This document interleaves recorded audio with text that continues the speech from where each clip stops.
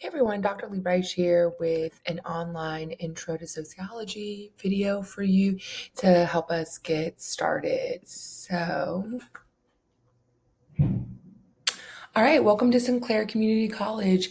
This is actually my first semester at Sinclair, so I'll be learning along with you how to sort of navigate different things on campus, different things with our class and whatnot. But I've been teaching sociology, criminal justice, and women and gender studies classes for about 12 years now at various institutions. So, usually when I create a video, and I'll also be sharing my slides with you each week, I typically start with an agenda so everyone knows what to expect and what you'll be learning about this week. And so, today's agenda is introductions, going over the various assignments that you'll be assessed by throughout the semester.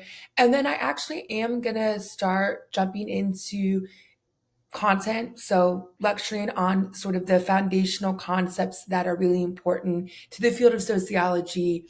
And then we'll talk about an exit pass, which is something I do each week with my online students.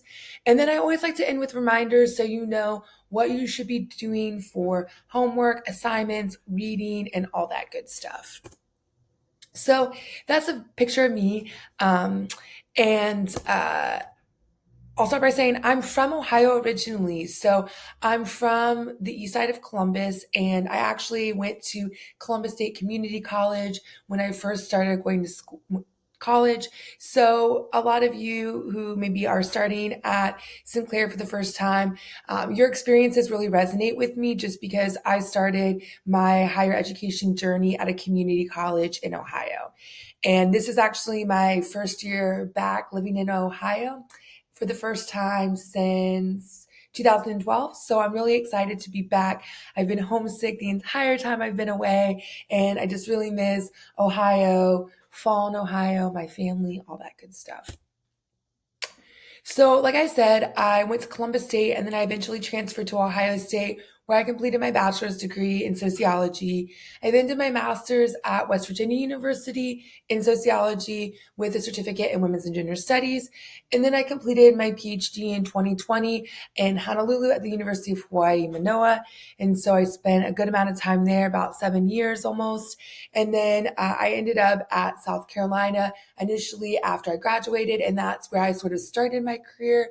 And so I taught at a couple of schools there for 3 years. I was at Chicago last year, and now I'm here at Sinclair. And so I'm here at Sinclair and in our class to teach you all intro to sociology. But I'm also here to learn from others because I view teaching as a sort of two-way street where I am lecturing and teaching, but I'm also learning from you all. You all are experts about a lot of different things we'll be discussing in Intro Soc throughout the semester. And for those students who have been at Sinclair longer than me, I certainly have a lot to learn from you as far as what Sinclair is like. So I'm looking forward to getting to know everyone this semester and learning alongside you all. And then this is my fun fact is that I'm new and this is Elmhurst because I was at Elmhurst last year and I was new, but I will change that before posting these slides on eLearn. It should say that my fun thing is that I'm new to Sinclair. All right. And so my fun fact is that I'm a freshman. So if this is your first year at Sinclair and you're a freshman, we have a lot in common in that sense. And then I always like to do two truths and a lie just because it's the only icebreaker that doesn't completely get on my nerves. And so when you introduce yourself in your first discussion, if you would like to play two truths and a lie, it's optional, but I will be having you all introduce yourself in that first discussion post. And so we'll talk a little bit more about the details of that in just a second.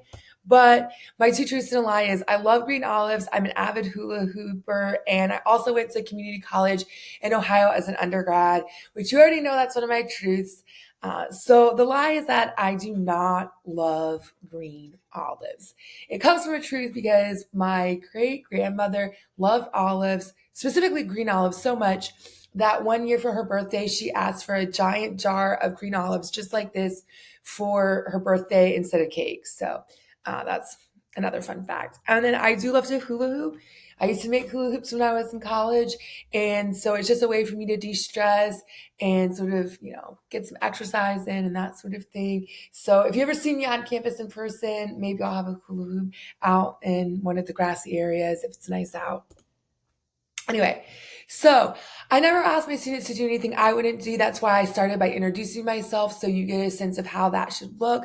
But as far as the discussion board post you'll be doing this week for credit and how I expect you to introduce yourself, and all this information is on eLearn in the discussion thread, by the way. But I'm going to be asking you what your name is, why you're in college, why you chose Sinclair, what your long-term aspirations are, what type of area you live in, so rural, suburban, or urban, how you like to dress, what you like to eat, and what things you like to do. So I guess basically I answered the majority of those things.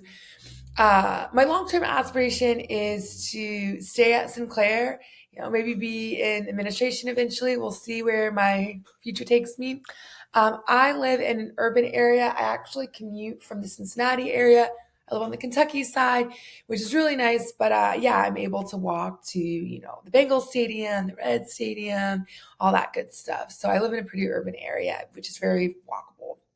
I like to dress somewhat casual. If you see me on campus, I will probably only be more dressed up in business casual if I have a special event or something like that. I usually wear like a nice shirt and jeans when I teach. And, there's a lot probably to be said about that in terms of my profession and self-presentation. And you'll be learning about that as you embark on reading chapter 1. And then I'm not a picky eater. I like to eat all sorts of things. So I would say I got really into Asian inspired food living in Hawaii. So I love Hawaiian food. And if anyone else lives in the Cincinnati area, there's an amazing Hawaiian owned Hawaiian restaurant in Covington on Main Street called Ke Aloha's. Highly recommend it if you live in that area. And I think that pretty much gets at all the bullet points. All right. So, I think one of the biggest things students always want to know at the beginning of the semester is how can you get a quote unquote good grade, right? And so here are all the assignments that you'll be assessed on throughout the semester. So I'll start by saying, unless otherwise demarked on the syllabus and or course schedule, all assignments are due on Sundays at 11:59 p.m. The introductory course overview quiz is worth 15 points, and that's a requirement that all Sinclair students, regardless of the class, who are enrolled in online classes have to take and have to get 100% on. That's not something that I have any say over.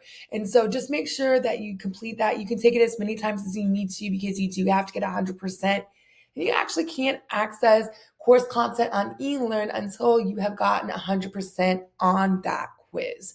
So make sure you do that as soon as possible because there's just a lot of information you won't be able to access otherwise. And then another requirement is the department assessment.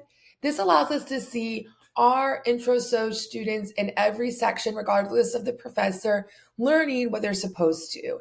And so we do a pre-test at the beginning of the semester to see what your knowledge level is before taking the class, and then a post test to see what you've learned and whether or not you're sort of learning the nuts and bolts of intro SOC that you're supposed to. All right. And so because the pre-test, we don't necessarily know what you have learned about sociology prior to being enrolled in this class, it's worth 5 points and you earn the points simply for taking the quiz. You will get those points regardless of what your score is.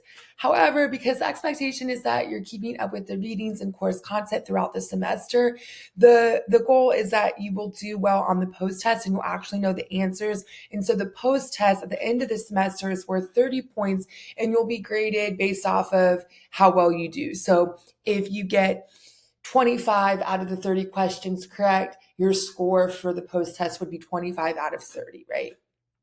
All right. And then speaking of quizzes, there are course content specific quizzes based off of our textbook primarily. And so there's going to be 13 of those throughout the semester. Basically, there's a reading quiz almost every week because there's 16 weeks in our semester. Those are worth 10 points for 130 points total. And those Quizzes are pretty much all multiple choice, maybe an occasional true false question, and you will get your score based off of how many points you earn. So if you get 9 questions correct, you'd get a 9 out of 10. And I'll talk more about the quiz structure in just a second. And there's also details about all these assignment types in our syllabus. There's 4 exams throughout the semester. They're 50 points. So for our final end of semester grade, 200 points total because there's 4 of them. Again, those are mostly multiple choice, maybe some true false a little bit. And yeah, you'll earn a score based off of how many questions you get correct. So if you get 44 questions correct, you'll get a 44 out of 50. There's going to be 11 discussion posts. Those are pretty thorough in terms of you have to answer a bunch of different aspects of a prompt. You're getting graded on how well you know the material, if you're keeping up with the readings, as well as organizational structure, putting things in the correct style guide, things like that, which we'll discuss in more detail in a minute. And so there's an actual rubric for these assignments. It's really the only writing you're doing in this class, which is why they're so structured and why there's a more specific rubric for the assignment, even though it's not a traditional paper. And so those are worth 20 points for a total of 220 points at the end of this semester. Now I'll say, again, there's 11 discussions throughout the semester. There's 16 weeks. So there's going to be a discussion almost every week. And so that brings us to a grand total of 600 points. I strongly encourage you to keep track of how many points you're earning throughout the semester compared to how many points have been available up until that point, so that you know where you stand in the class going into a bigger assignment, and you can even track like, what grade do I need to get on the second midterm or the final exam or whatever the assignment might be in order to maintain whatever grade you know you need to maintain for GPA purposes, scholarship purposes, and things like that. All right, so getting into a little bit more detail as far as the quizzes and the exams. So the quizzes are 20 minutes for 10 questions, and you have 2 attempts. So you only have to take the quiz once, but if you are unhappy with the score you earned that first time, you can take it a second time to try and bump up your grade. And the final grade you'll receive in the grade book is an average of your 2 scores. You do have to complete both attempts by the due date, so by that Sunday at 11:59 p.m.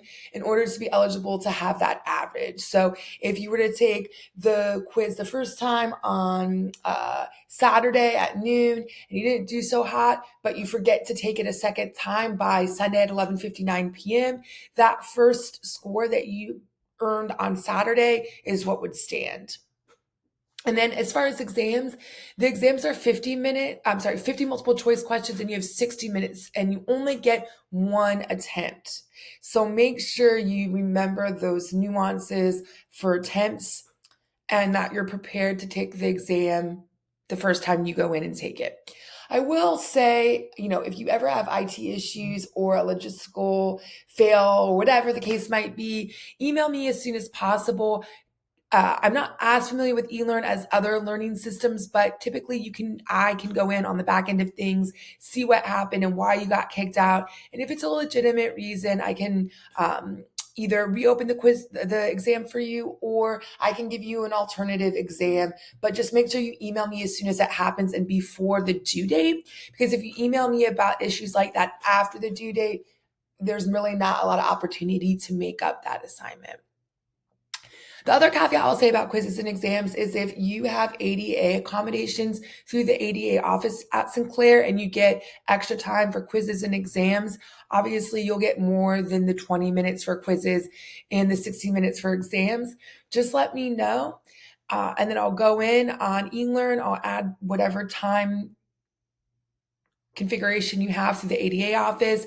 And then for the remainder of the semester, anytime you take any quiz or any exam in our class, it should automatically kick in the extra time that you get. So make sure you're staying on top of that. And if for some reason your extra time doesn't show up on an assignment, email me, let me know, and we'll get that taken care of. Discussion post. So your initial individual post is worth 15 points. And again, there's a rubric on eLearn that you can learn more about how you'll be graded there. You have to have at least 400 words. You have to base your response on the readings, research, lecture videos, and PowerPoints, anything that's course content related. However, we are going to be talking about contemporary issues in the news, social problems, history, historical social movements, and things like that. And so oftentimes, students will have their own individual opinion about these things. And that's fine, that's good, you should. But that's not what the purpose of the discussions are. The purpose is that you're learning course content and you're applying it and you're able to write about it, demonstrating that you've done the readings and you're keeping up with our class. And so anything that you state in our class shouldn't be opinion. It should be based off of course content. You should be citing that. And speaking of citation, you should use the style guide. So in our class, you can use either ASA formatting or APA formatting. There's a link to the ASA formatting guide here, and I will also upload an optional writing resource folder on eLearn that you can use if you've maybe never used any style guides before, or you're really unfamiliar with ASA and APA style guides. It'll give you more information and details about how to format your writing correctly in this format style. And then you can see what the rest of the requirements are here. This information is also in the syllabus. It's on eLearn. You can access it in a lot of different places. And you'll see throughout the semester that's something I always try and do is give students the same information in different ways. I like to say the same thing, the same content in different ways, because we all have different learning styles and we all like certain aspects of eLearn or email, stuff like that is more intuitive to you than others. So I just try and like make things as accessible as I possibly can. But I've digressed. All right. So now this is only 15 points. So how do you earn the other 5 points? You have to respond to a classmate. And so I know like I took online classes when I was an undergrad many, many moons ago. And a lot of times the responses were very generic, hi, Hannah, how are you doing today? This was such a great response. And there was nothing of substance. So make sure that you follow these rules here and that your response to your classmates is still being critical of the content and what that person is saying. Certainly you can exchange pleasantries. It's a way to get to know your classmates, even though we're not meeting in person. But make sure you get beyond that and you really dive into the substance of what we're doing. Okay. So make sure you read the syllabus all the way through so that you can learn like what other class rules are. Like I have a section on etiquette, for example, that's like etiquette to make sure you're being respectful in online spaces. If you've never taken an online class before, maybe you don't know that when you type something in all caps, most people receive that as being yelled at in a virtual space. So there's just little tips and tricks regarding how to be respectful and communicate with me and with your classmates virtually in eLearn. You can learn more about different assignments and things like that. If you need to learn about different Sinclair specific policies and rules, that information is on the syllabus, different campus resources. Maybe you're struggling with writing your discussion posts, so you need to go to the writing center. There's a bunch of information about things like that in the syllabus. All right. But let's jump into content. So I want to start off with sort of some foundational things. I always say these are the things that when you walk away from our class at the end of the semester, once you've taken the final exam and you've seen your grade through the registrar's office, my hope is that these are the things that you'll remember long after you've taken the final exam. Maybe you can apply them in other sociology classes, things like that. And so the first thing we're going to talk about is, what is sociology? I have found over the years that of the social sciences, sociology is a field students tend to not have heard of before versus something like psychology. A lot of high schools now offer psychology classes, either AP psychology or college classes being taught on high school campuses. And so students tend to know what psychology is, and they think sociology is the same thing, and so it's not. But if we look at the root word, we can see it's kind of similar to society. And that's because in sociology, we're studying society. Now, psychology is rooted in the word psyche, right? Because in psychology, they study the individual psyche, the mind.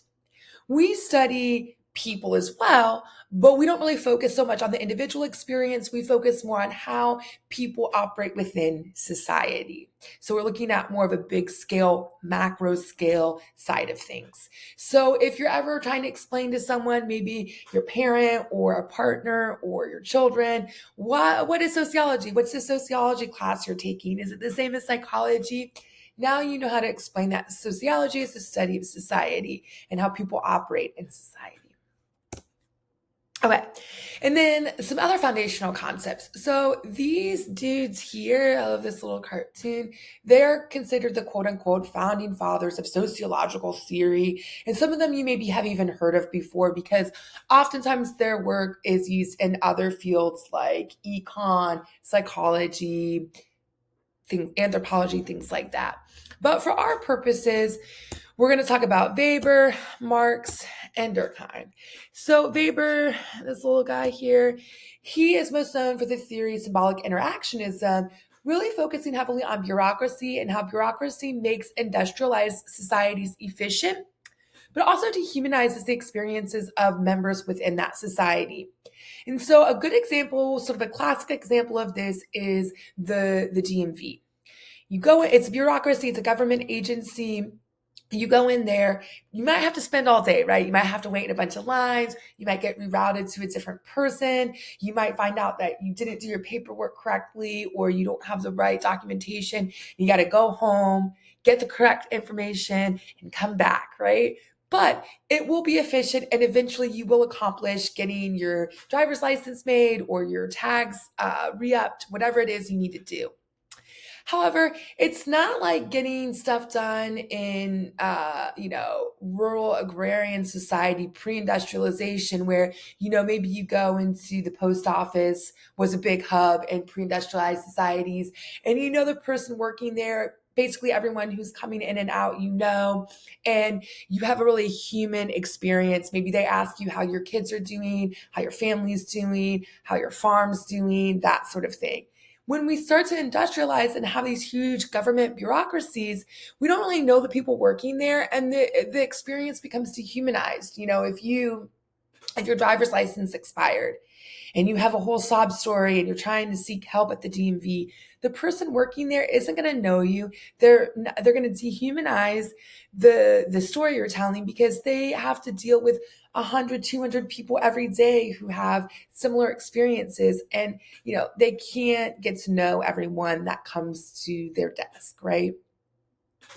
Marx, I would argue, out of the three founding fathers of sociological theory, is the one students are most likely to have heard of before coming into intro soc.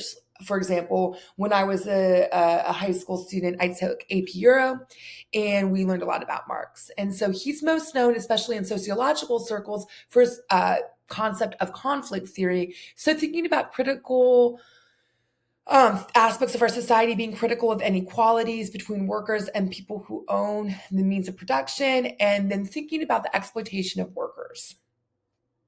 And so again, thinking about how as society goes through the process of industrialization, there's really an increase in worker exploitation, the folks who are working in the factories, which then led to things like child labor laws or an 8-hour workday, a 5-day work week, and that sort of thing. Now, people have continued to build off of Marx's work and conflict theory, so we'll see later on in the semester some more contemporary versions of conflict theory, starting or as recently as like the 1970s even. And then Durkheim is most known in sociology for the theory of structural functionalism. So he was primarily looking at how do large-scale industrialized urban societies hold together without the bonds of tradition that historically we had seen in the United States in particular, pre-industrialization in, again, those agrarian, more rural farm towns. And so you might notice that one of the things all of these guys have in common is that they were writing during industrialization. And so that really is the focus of a lot of their theory. And so I point that out because it's important to know, but also because the thing about sociology is when something really big and life-changing happens in society, in our social world, Usually people are very fascinated about that. Scholars, philosophers want to investigate that and come up with a theory that serves to explain it. So that's what these guys were doing. They saw industrialization happening. They saw all of these rapid changes in society. They wanted to understand it better. And so they researched it and they came up with theories that served to explain what was happening during the industrialization process, where people were really going from these small scale agrarian societies to these really big urban spaces. And there was all this change in what kind of jobs people had, family structures, what everyone in society's day-to-day life looked like. And so they wanted to explain that. And that's true of most sociological theorists, is they're trying to explain some new phenomenon happening in the social world. Okay, here you'll see it says exit pass and there should be a link. The link is blank because I haven't created it yet. But eventually there will be a link on here when I upload this PowerPoint to eLearn. You'll be able to click on that and provide me with anonymous feedback. I will also send that out to everyone as an email if that's easier for you to link. This is a place for you to anonymously tell me how things are going. So I'll ask specific class questions. Do you understand class content? Do you have the book? How's everything in the class going? And I do that because sometimes I think that I really rocked a week. I think my lecture, PowerPoint slides, and video are awesome. And then I get feedback from students anonymously, and they're like, I didn't really understand this material. I'm really struggling. I'm worried I'm not going to do well on the quiz. And so I can go back and address some of those things, especially if you provide specific examples of things that are confusing to you. And then other times I'm having a rough week. Life happens to me too, just like it happens to you all. And I'm down to myself and I think that I'm really struggling or I'm a little bit behind.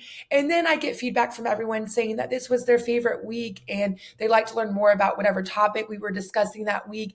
And I will try and incorporate that topic into future videos and class content and that sort of thing.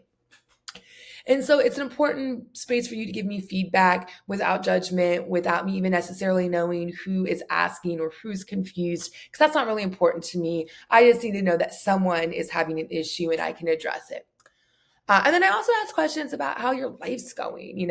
Sometimes I'll ask, like, tell me a rose and a thorn about your week, or tell me what your favorite song is right now, or your favorite TV show, and that sort of thing.